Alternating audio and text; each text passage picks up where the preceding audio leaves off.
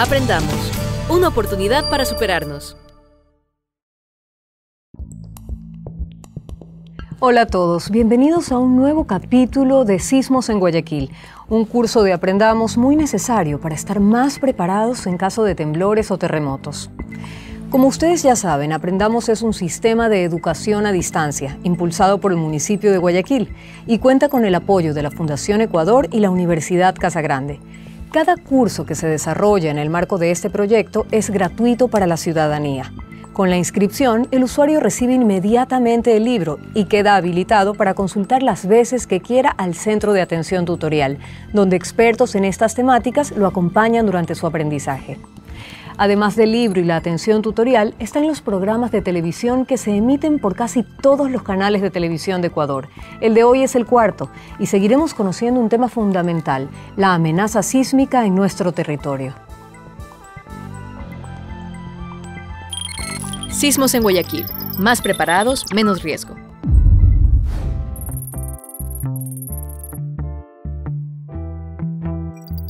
En los capítulos anteriores aprendimos qué son los sismos. Y este conocimiento nos ayuda a comprender de qué se trata la amenaza sísmica en nuestro territorio, tema que completaremos en el capítulo de hoy con nuestra primera teletutoría. Asistiremos al segundo encuentro para la organización del simulacro de la ciudad en la sala de crisis de la Corporación de Seguridad Ciudadana de Guayaquil. Visitaremos la Academia Naval Almirante Illingworth, donde se llevará a cabo un ejercicio de evacuación por simulacro de sismo.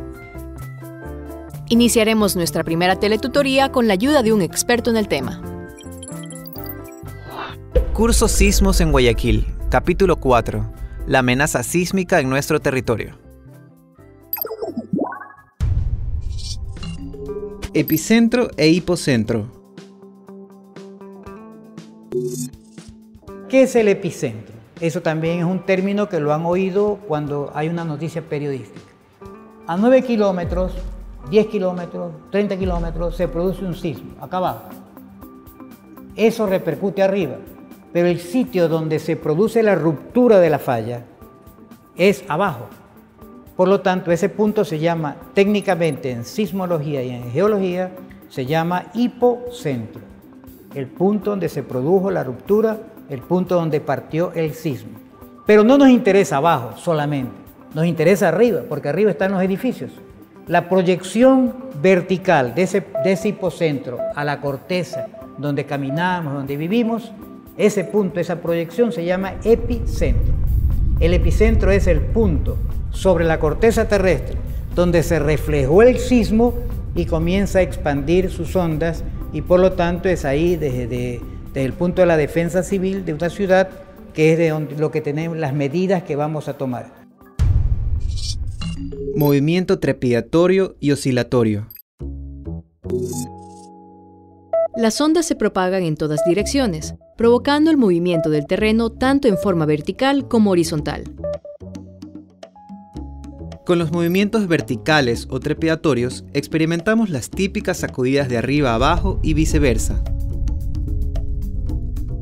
En cambio, con los movimientos horizontales u oscilatorios, la sensación es de un balanceo que nos mueve de un lado al otro. En los lugares más cercanos al epicentro, la componente vertical del movimiento es mayor que la horizontal. Al ir viajando, los componentes de las ondas se van atenuando, pero al llegar a una zona de suelo blando, la componente horizontal se amplifica y se dice que el movimiento es oscilatorio. Sismos cercanos. Los sismos tienen dos personalidades. Este es Guayaquil, 120 kilómetros a todo alrededor de Guayaquil. Ese es un sismo que si se produce en ese ámbito es cercano. Este tipo de sismos tienen como característica un contenido de frecuencias altas y por lo tanto tendrá una incidencia notable en suelos rocosos. La roca se rompe con una frecuencia alta, o sea, cuando los sismos están a una distancia de 120 kilómetros. Sismos lejanos. Es aquel cuya distancia del epicentro está a 200 kilómetros. Los que se produzcan en Manabí, en Esmeralda, 200 o más kilómetros.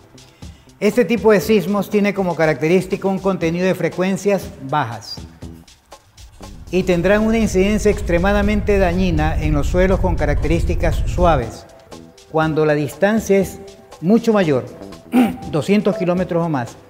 Las ondas que llegan al sitio que quiero proteger, a Guayaquil, son de frecuencia baja.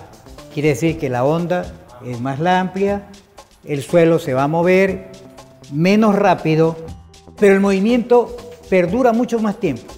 Tomemos como referencia dos recipientes, uno con gelatina y otro con arena.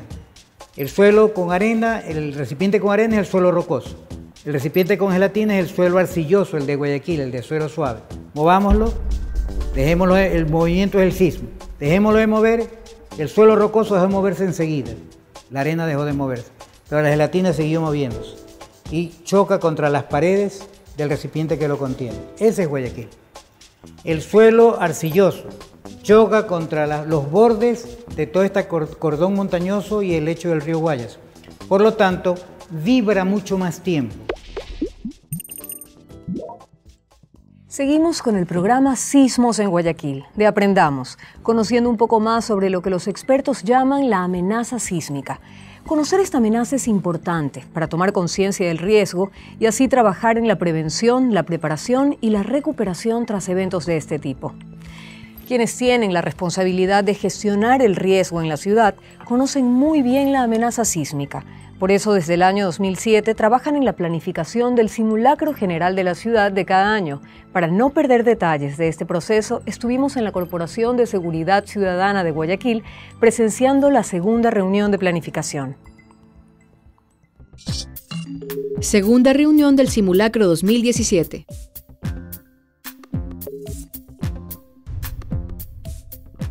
Nuevamente, el Comité de Gestión de Riesgos Cantonal se reúne en la Corporación de Seguridad Ciudadana de Guayaquil.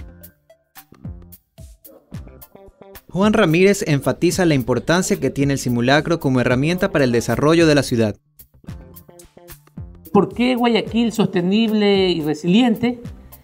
Guayaquil es parte de una campaña mundial de ciudades sostenibles y resilientes de Naciones Unidas. A nivel de Latinoamérica, solo 5 ciudades son parte de esta campaña de un plan piloto de Naciones Unidas para ciudades sostenibles y resilientes, que quiere decir que nosotros tenemos que tener la capacidad de, por lo menos, de soportar o de podernos recuperar en una forma inmediata y segura, pero también nuestro desarrollo tiene que tener sostenibilidad como ciudad.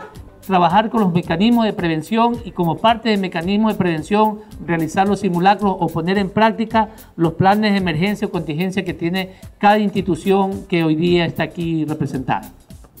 Este es el objetivo general para este simulacro, el octavo simulacro. Fortalecer la capacidad de preparación y respuesta de la comunidad que habita o trabaja en Guayaquil ante el evento de un sismo, con la finalidad de aumentar su resiliencia y sostenibilidad. Como parte del trabajo coordinado entre la alcaldía y el gobierno central, se citó los acuerdos de cooperación conseguidos con algunas entidades. También el Ministerio de Turismo quiere ponernos al tanto cuál es su interés en este simulacro. Creo que la tenemos vía telefónica. ¿Podemos? Efectivamente, como bien manifiesta nuestro compañero, nuestro interés desde la Dirección de Bienestar Turístico y la Subsecretaría de Regulación y Control es poder articular todo tipo de acciones que involucren a la actividad turística. Nosotros ya nos habíamos reunido hace unos 15 días con la unidad de riesgos del municipio de Guayaquil y habíamos alineado un poco las estrategias de trabajo, dejando claro que la competencia directa sobre la ciudad la tienen ustedes como municipio, y nosotros desde el ámbito turístico lo que haríamos es adaptarnos a sus requerimientos, sus necesidades, y brindando toda la asistencia para que el ejercicio salga de la mejor manera, y también los empresarios turísticos y los turistas se sientan respaldados a través de la ejecución de este tipo de actividades. Con la información que hemos escuchado ahora en la tarde, vemos por ejemplo en hoteles se incorporarían 12 a nivel internacional y instituciones fiscales 652. Entonces el número se nos triplicaría.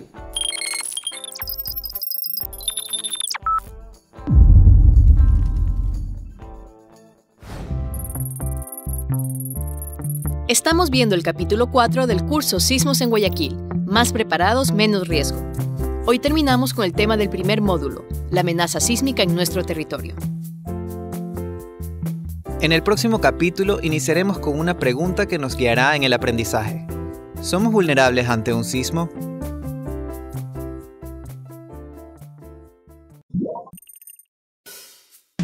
Si quieres ser alumno del curso Sismos en Guayaquil, inscríbete gratuitamente en el Centro Tutorial de Aprendamos, en la Biblioteca Municipal o en el CAMI más cercano a tu hogar.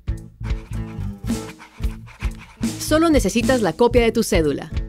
Con tu inscripción recibirás el libro de texto. Mira las clases por televisión los sábados y domingos a las 7 de la mañana. O revísalas en internet cuando tengas tiempo disponible. Antes y después de las emisiones televisivas, realiza las actividades que te propone el libro. Y si tienes dudas, puedes contactarte con nuestros tutores personalmente, por teléfono, por correo electrónico o vía redes sociales. Al finalizar el curso, completa el test para medir tus conocimientos adquiridos y envíalo al lugar donde te hayas inscrito. Así podrás obtener tu certificado avalado por la Dirección de Acción Social y Educación de la Municipalidad de Guayaquil, la Fundación Ecuador y la Universidad Casa Grande. Aprendamos. Una oportunidad para superarnos. Continuamos con el curso Sismos en Guayaquil. Más preparados, menos riesgo. Un curso pensado y diseñado para todos los guayaquileños, pero también y especialmente se trata de un curso de mucha utilidad para aquellos ciudadanos que trabajan o desean trabajar voluntariamente en la gestión del riesgo sísmico en sus barrios. Con el correr de los capítulos estamos aprendiendo que los temblores y terremotos son una amenaza natural. Son el resultado de las fuerzas internas de la Tierra que se manifiestan cada determinados periodos de tiempo en ciertas zonas del planeta. Pero según la ciencia y sus expertos, aún es imposible prever cuándo y dónde se producirá un sismo. Todavía no contamos con dicha tecnología. Entonces sí, sabemos que en Ecuador vivimos en una zona donde existe una amenaza sísmica y también sabemos que aún no es posible predecir el lugar y el día donde puede presentarse un sismo. Entonces es necesario prepararse y que todas las instituciones de la ciudad estén también preparadas. Veamos el caso de una institución educativa.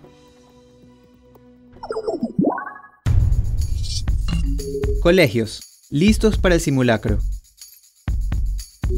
Nuestra primera visita a la Academia Naval Almirante Illingworth fue en el mes de agosto.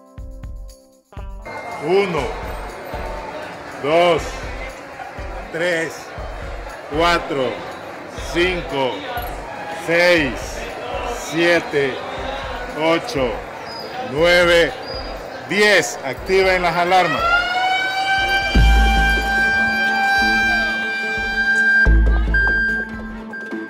Ya llegamos nosotros a la etapa de no avisar los simulacros.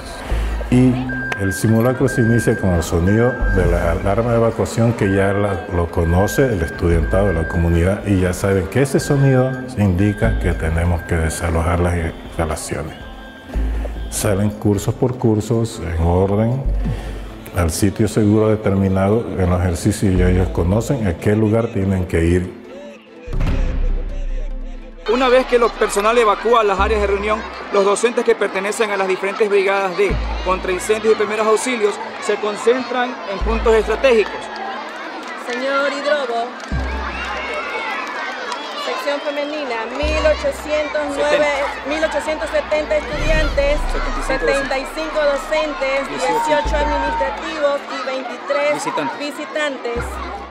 Personal docente, cadetes, muchas gracias. Pueden ingresar a los salones.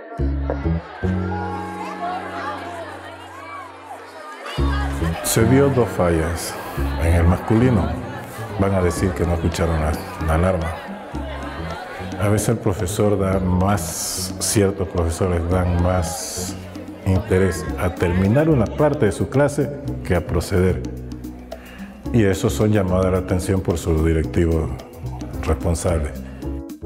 La reunión que presenciamos hoy, después del simulacro, es una reunión para que cada uno de los participantes, directores de las distintas secciones y áreas de la academia, pueda exponer las dificultades que ha tenido.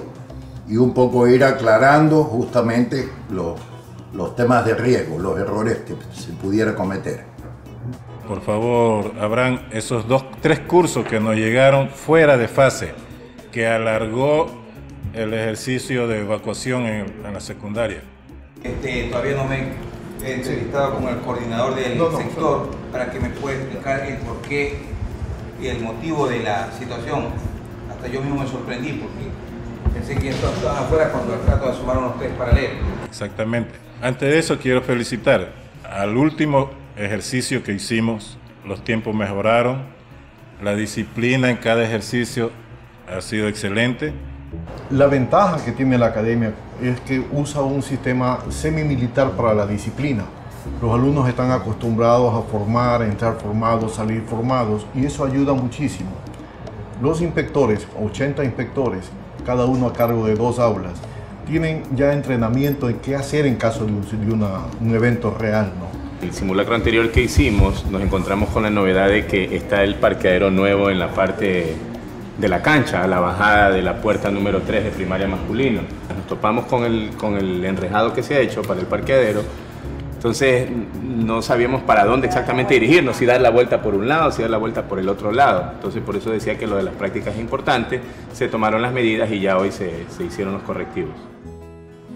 Yo creo que la academia consta con los recursos suficientes y la capacidad está dada, y todo el personal está concentrado en evitar vulnerabilidades o en irlas descubriendo para poderlas corregir. Sería muy pretencioso de parte nuestra pensar que no hay vulnerabilidades. La academia está constituida en los 2 tipos de suelos, en los suelos consolidados y no consolidados. Los consolidados en la parte de acá, la parte masculina. A partir de la garita 2 para allá fue relleno. No era un lodazal, pero era una llanura. Se necesitó poder incrementar la altura para poder hacer la edificación, entonces se trajo material externo. Entonces ese suelo no es un suelo consolidado y a mí sí me preocupa. Además de la revisión de todo lo estructural, la capacitación y formación de brigadas, la confección de diversos planes y mapas de recursos y evaluación, y los ejercicios de simulación fortalecen las capacidades necesarias para reducir la vulnerabilidad. Nuestros escenarios han ido de menos riesgo a más riesgo. Comenzamos con un simple ejercicio de evacuación. El segundo fue un escenario de triaje con 35 estudiantes supuestamente heridos. El último, cerca de 60 heridos supuestos con maquillajes que parecían reales. Los padres de familia veían en las redes sociales, no, ¿qué pasó con mi hijo?, etcétera. Y también, ¿por qué hago eso de subir los niveles supuestos de riesgo? Porque quiero medir la capacidad operativa de nuestras brigadas, para saber si en realidad cuento con ellos en un momento que sea real. Y sí estoy satisfecho, se acortan los tiempos.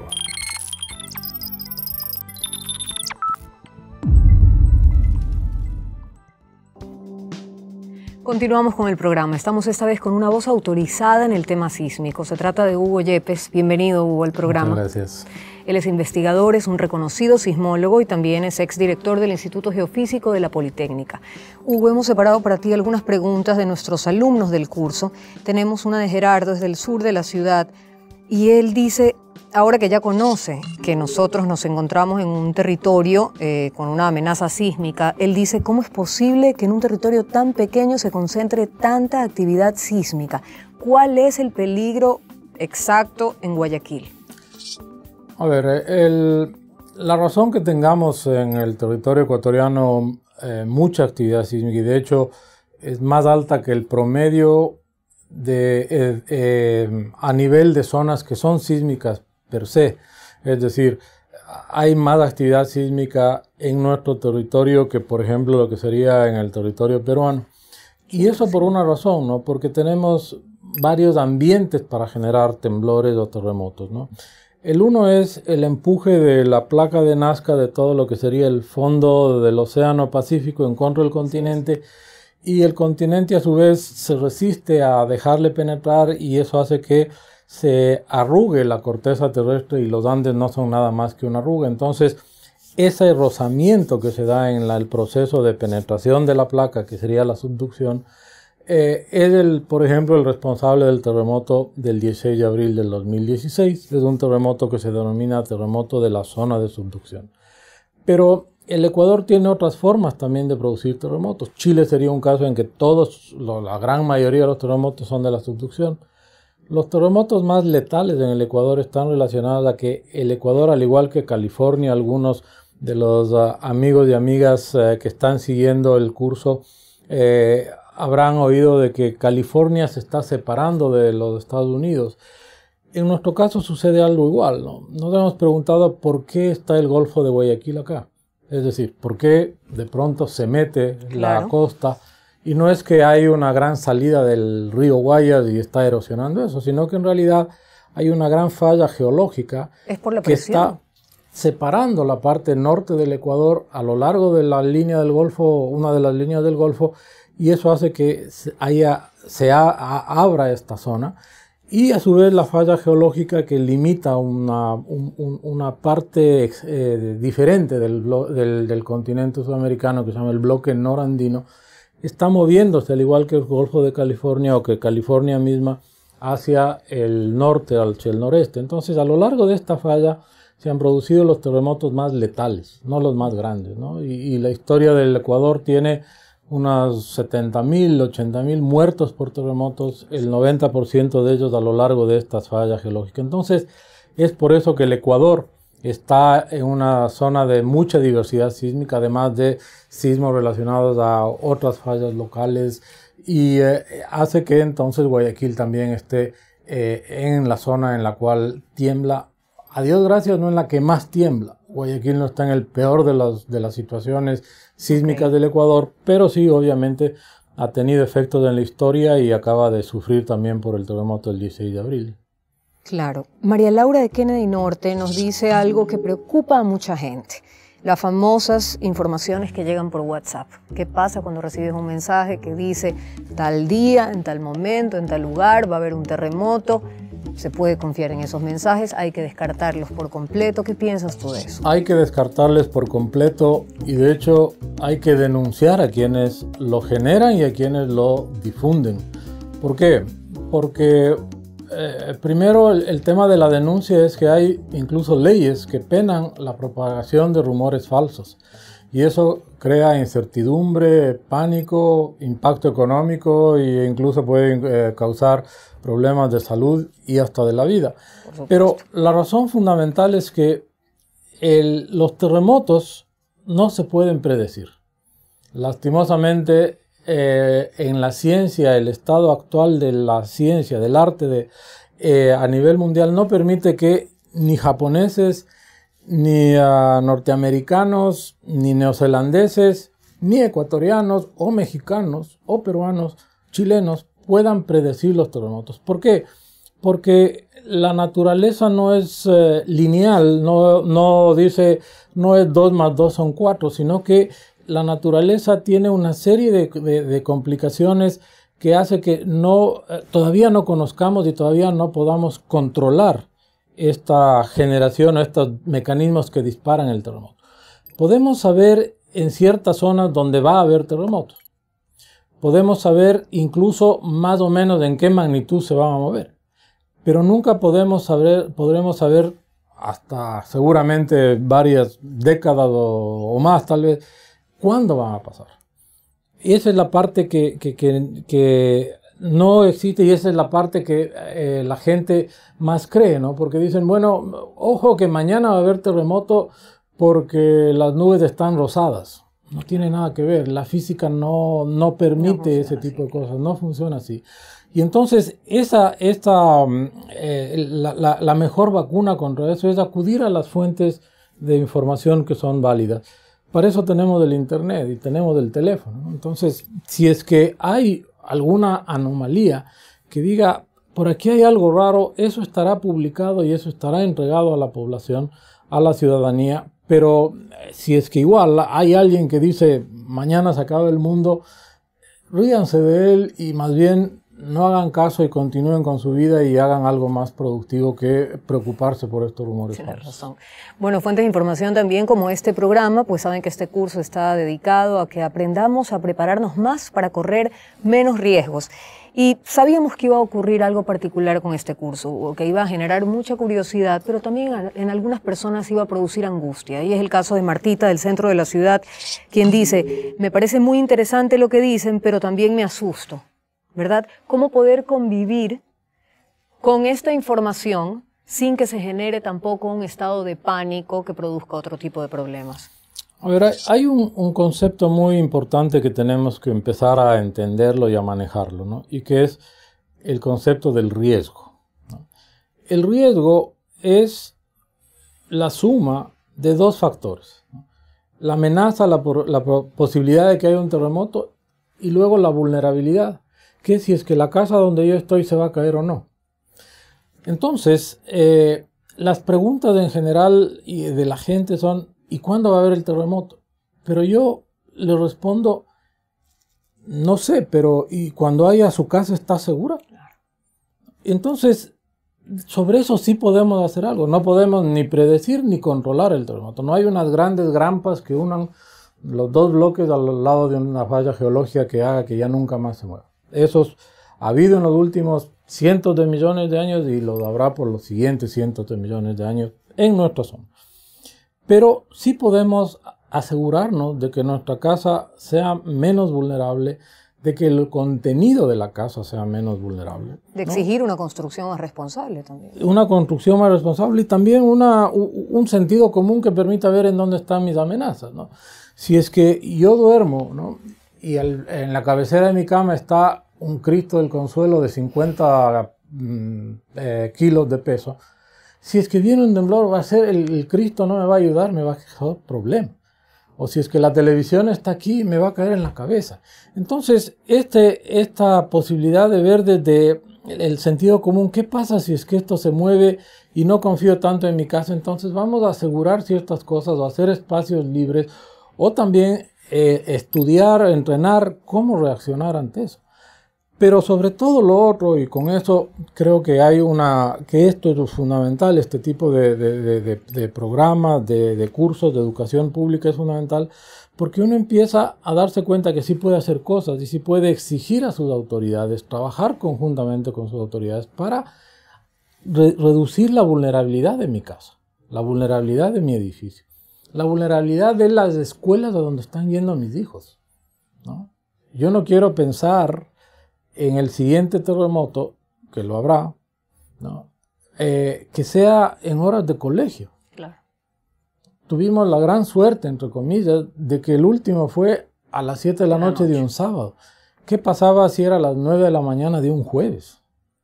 ¿No? Entonces, todo eso como sociedad sí podemos prepararnos. Y claro, con la familia, con los vecinos, cómo vamos a empezar a generar un cambio en la cultura, que sería reconocer la vulnerabilidad y disminuirla con medidas tan sencillas como mover algo pesado acá que me vaya a caer en la cabeza, o hacer algún reforzamiento a la estructura, que puede tampoco ser muy complicado, ¿no?